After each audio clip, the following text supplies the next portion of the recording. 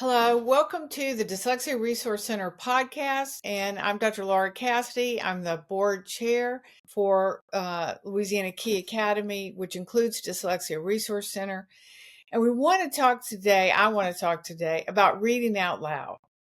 And it is so important, especially for the dyslexic child, but everybody dreads it. My deal is I think if parents understood and understand how important it is for reading acquisition, for reading fluency, that they would do it.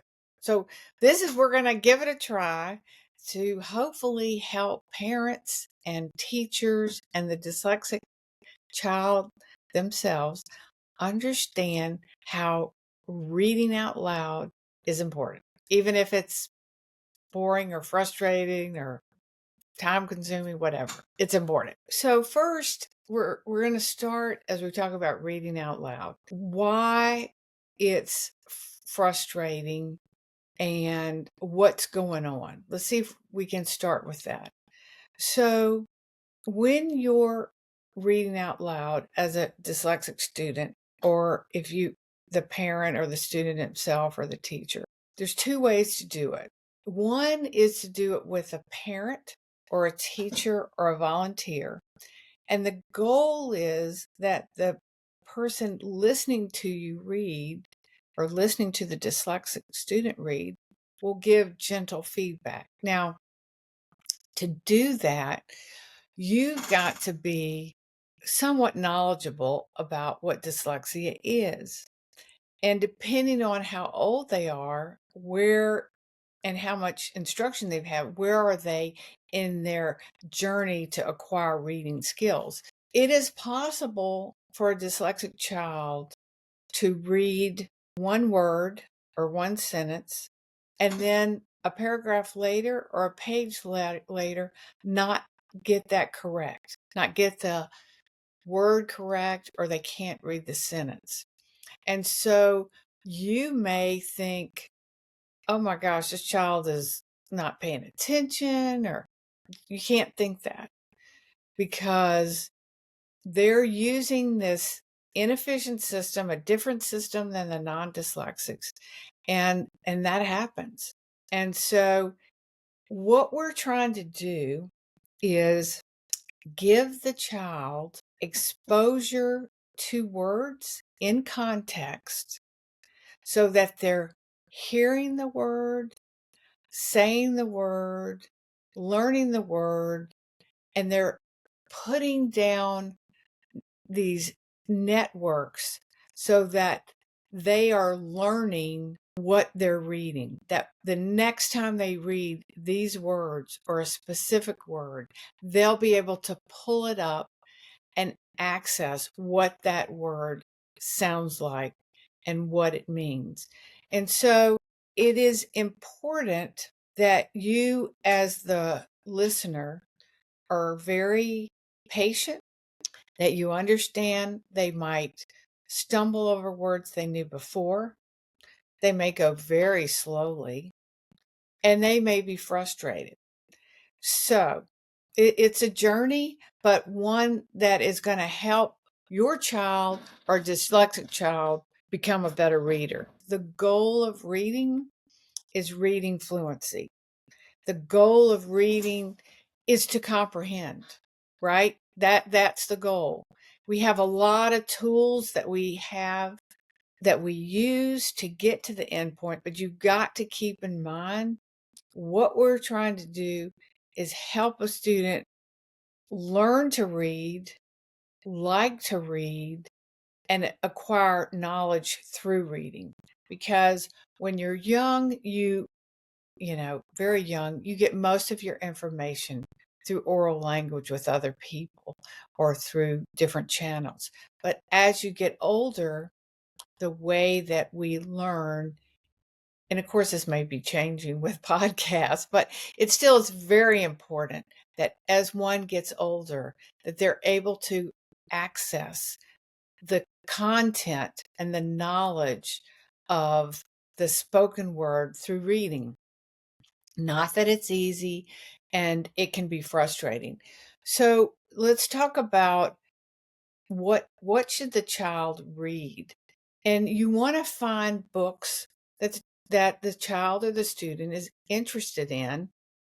And also, as they are progressing in school, there's just going to be reading that they have to do. And we can talk later about how do you access that in an older child. But as the child is younger and they're learning to read, you want to give them books, again, where the content is interesting to them. Some of it they're going to have to read as prescribed by the school. But you're also really working to help them improve their vocabulary. So it's important that the books are as close to grade level as possible. Now, people will say, well, they can't access that because they're reading, maybe they're in second grade and they're reading on a first grade level, or they're in third grade and they're reading at first grade. But it's important that they are getting access to grade level content, or they're not going to be introduced to vocabulary, which is a big piece of reading acquisition. And there are different ways to do that. Some of that is just having a computer or a person read to them and they listen and follow along. But I would make the case it's much better to have the child read with you, not where it's frustrating to the child, but where they're participating. So let's go back to the concept. They're going to have a book, and the sooner you start this, in kindergarten and first grade, the better, because then they're not going to be so far behind. But we're going to assume, because they're dyslexic, they're behind, and let's talk about in first or second grade, third grade, they're going to be reading books. Someone is going to be sitting with them. It's going to be a topic, hopefully, they have some interest in. They're not always going to know the word, but you're going to help them. So we talked about that early skill of phonemic awareness, which then leads to decoding. So if you see they're struggling with a word, and we'll just stay with some of the words we used in the last podcast, but let's say it's cat in the hat, and they're struggling with cat or hat or mat. One of the things you can do is work with them to help them, like, are you hearing that at that end of that sound? And maybe you stop your reading and make it a little game, and then you get back into your reading. Now, it might be more complicated words than that, but I think you could still say, say they're having difficulty with a word like time. Are you hearing that sounds in that words, the t sound, the I sound, the time. And instead of correcting them and reading it for them, you're really trying to help them understand that all those words can be broken up into sounds, those phonemes, and the more they are able to do that and then learn to assemble it back, the better reader they're going to be, the better fluent reader they're going to be. And then the vocabulary is huge. So some of the vocabulary they may know in their speaking, but they may not have ever seen it written. And then some of the vocabulary they're not ever going to have heard. But it's so important to learn vocabulary. And dyslexics often get behind in the written vocabulary because they're not reading. And so if there's a word, you don't have to assume that they know it. You can stop and say, hey, Charlie or Susie or Beth, do you know what this word means? And if they say no, then let's talk about it. And then go back to it maybe when you're through with the story, and and again talk about what that word meant and why it was important in the context of reading. So again, reading out loud is going to help the child with their phonemic awareness that the word is a composite of sounds.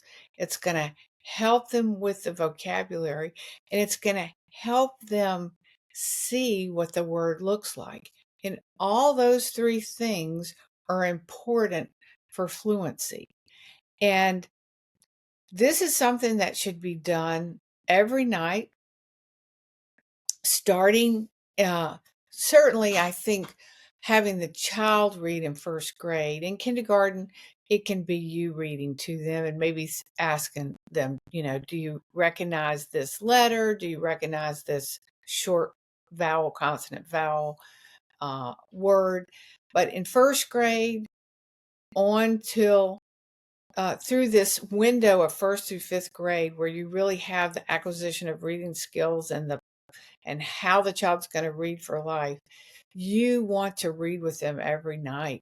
And you want them to read out loud with that feedback. If they get tired, then you read a little bit. You could read a sentence, you can read a paragraph, you can read a page. You don't want the child to be defeated, but it's a process. And it is going to help them. Again, they have this short window. And if nothing else, if parents and teachers can understand how important it is for them, and it's longer. You're going to say, well, how long should they be reading out loud? So in the first grade, it may be 10 minutes. In the second grade, it's 15. In the third, it's 20. And the fourth and fifth, it's 20 to 30 minutes. And there's no substitute for it. So what you'll see is they get tired and they'll tell you, I'm tired. And it's a lot of work. You'll also see that sometimes they're reading like this, and the dog went down to the dumpster and he got the bone. Well, obviously, that child is working so hard that they're probably not comprehending much because they're just working on the accuracy. It has none of that intonation, which is the up and down and the real melody of reading. But then when you hear your child reading like, Robert ran across the field, grabbed the dog, and saved him from a catastrophe, then your child's reading is improving. It's the reading out loud that can tell you more than anything about how your child is on the path to reading fluency. You cannot judge that by them silently reading. You can only make an assessment of their reading by them reading out loud. And obviously, you don't want them to feel shame, that you don't want them to be embarrassed. So it has to be with someone that they feel safe and someone that they can do this on a regular basis. So I want to talk a little bit more about fluency because it has three components. And again, that's what we're working for, because when a child is a fluent reader, then they're going to comprehend. And again, as we said, the goal of reading is to comprehend. It is so important for students to be able to keep up with content no matter what grade they're in. And this is going to increase as they go forward. So fluency has three components. Like I said, the first one is accuracy. And that is addressed in what we talked about, an Orton-Gillingham based program. And that is that structured, sequential, intentional program that can be delivered by an academic language therapist or equivalent. We at Louisiana Key Academy follow the National Reading Panel. And so that is 90 minutes a day by one of these trained academic language therapists. It's in a small group of 6 kids to one teacher. And that gives interaction with the teacher. The teacher really knows where they're struggling, whether they've gotten the lesson, and that's delivering that phonemic awareness piece, that alphabetic principle piece, and those phonics that are going from simple phonics to more complicated phonics. So that is a big part of the accuracy.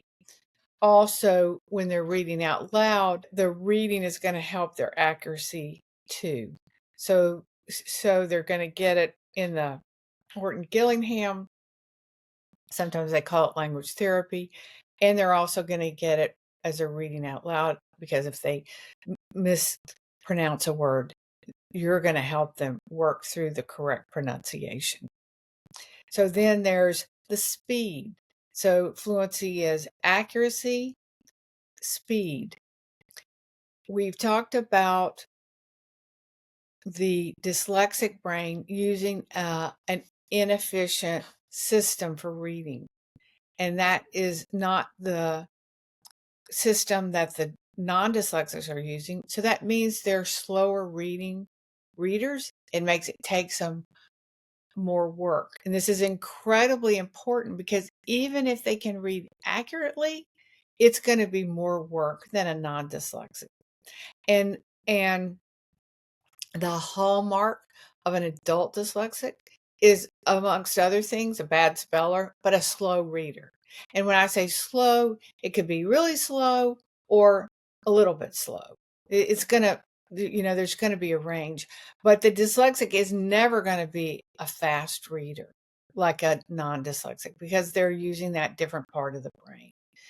But the more they read, the more that will improve as they work on how the word looks, how the word sounds, and what the word means.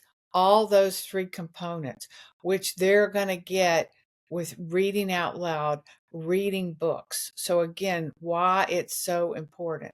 So we have this accuracy, then we have the speed, and then we have what we call the intonation, which is the rhythmic part of reading, which can be angry or happy or sad. And if you have a dyslexic that is struggling, that really can't read well, it will sound like a monologue. And it is really painful to listen to.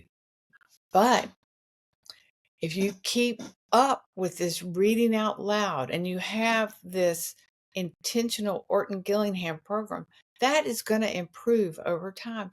And the beauty of it is you're going to hear it, and you should celebrate with your child, because it means they're no longer working so hard just to know and accurately read the word, know what the word is, but they're also going to be able to start understanding, comprehending what they're reading. So there's this bridge, this time in the acquisition of reading skills, that you're going from fluency to comprehension. It's all sort of a continuum, and you can get real insight to that if your child is reading out loud and you're there with them and listening to them. So I hope this encourages you. Again, it's a lot of work. It's mostly work for the student, but it is going to do wonders for your understanding where the student is in their reading process, and also help the students reading. Now, there are plenty of ways to find age-appropriate books. There are lists. Your teacher should be able to help you with that. They have numbers on the books that tell you what grade it's for, etc.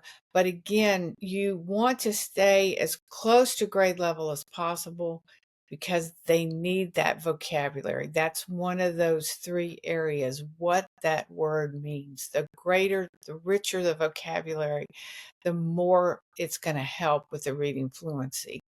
Now, what if you say, That's great, but my child just got diagnosed with dyslexia.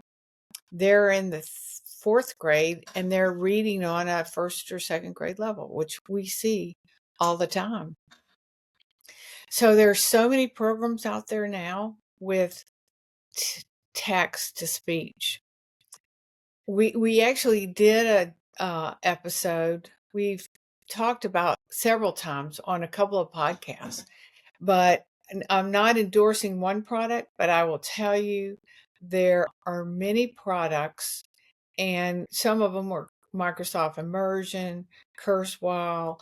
I mean, any of the, you can just go on your search engine and search software that converts text to speech.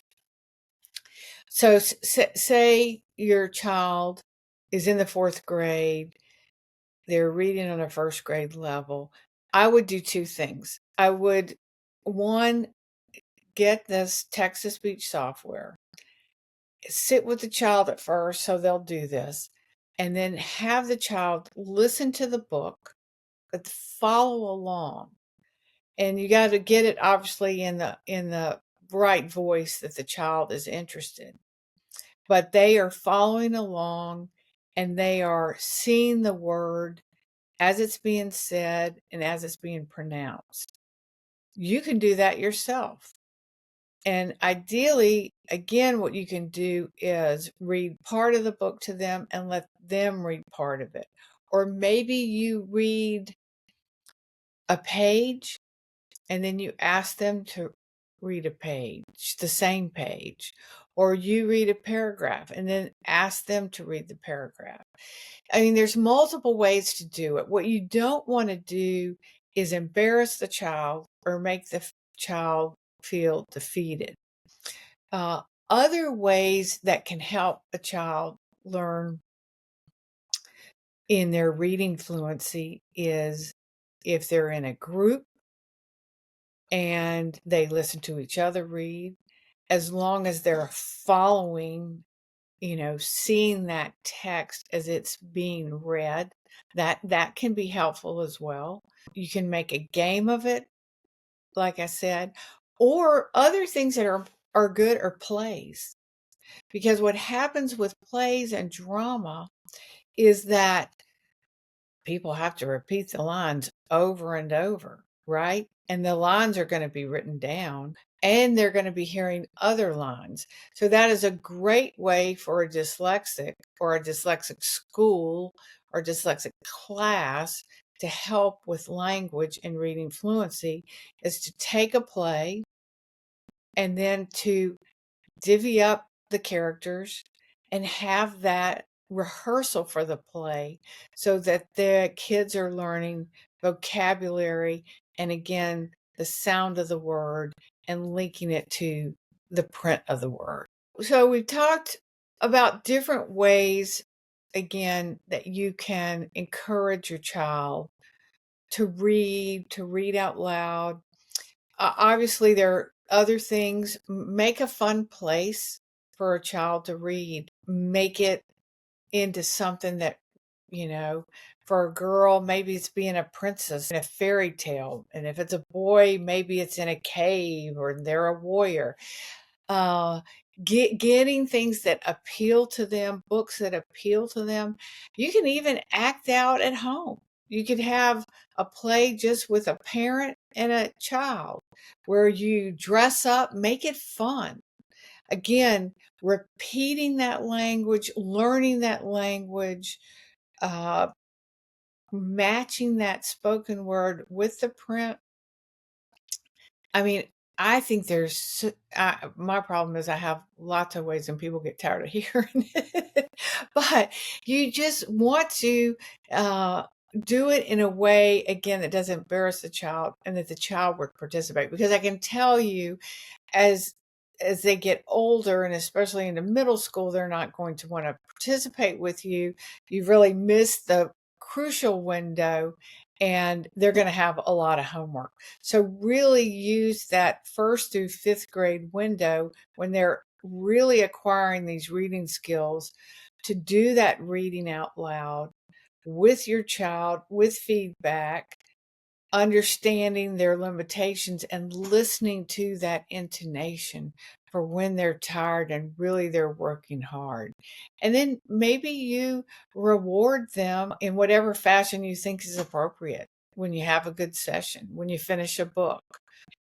So I thank y'all for being on this, listening to this podcast, and hopefully that all of you understand, whether you're a teacher, a parent, or a student, there's these components especially important in first through fifth grade, which is that instruction with the trained teacher, and you're working on specific skill sets in a sequential order, but also that the child is reading out loud and getting feedback, but really increasing their vocabulary, because you've got this window and it's so important. After that fifth grade, you still want to give your student access through technology and through school, through oral discussions. So they're staying on grade level content. They're building their vocabulary. They're using technology for text to speech. And there's no reason that the children can't be successful. I'm not saying it's not hard. I'm not saying that it can be a lot of work. But again, oh, they're such bright kids. And so I hope this helped you understand why with the brain development, why with the certain areas that they're using as a dyslexic to read, that it's so important for the reading out loud. If you have questions, please email us or call at the Dyslexia Resource Center. If you need help with getting your child tested, we can do that. Getting your child in a school like Louisiana Key Academy, we can help you with that. Or if you want to have your child tutored online in language therapy, we can do that. We can figure out how to best help your child, no matter what their age is or how severe their dyslexia is, be successful and feel good about themselves. And thank you for what you do. Thank you for listening. And I look forward to the next podcast. Have a great day.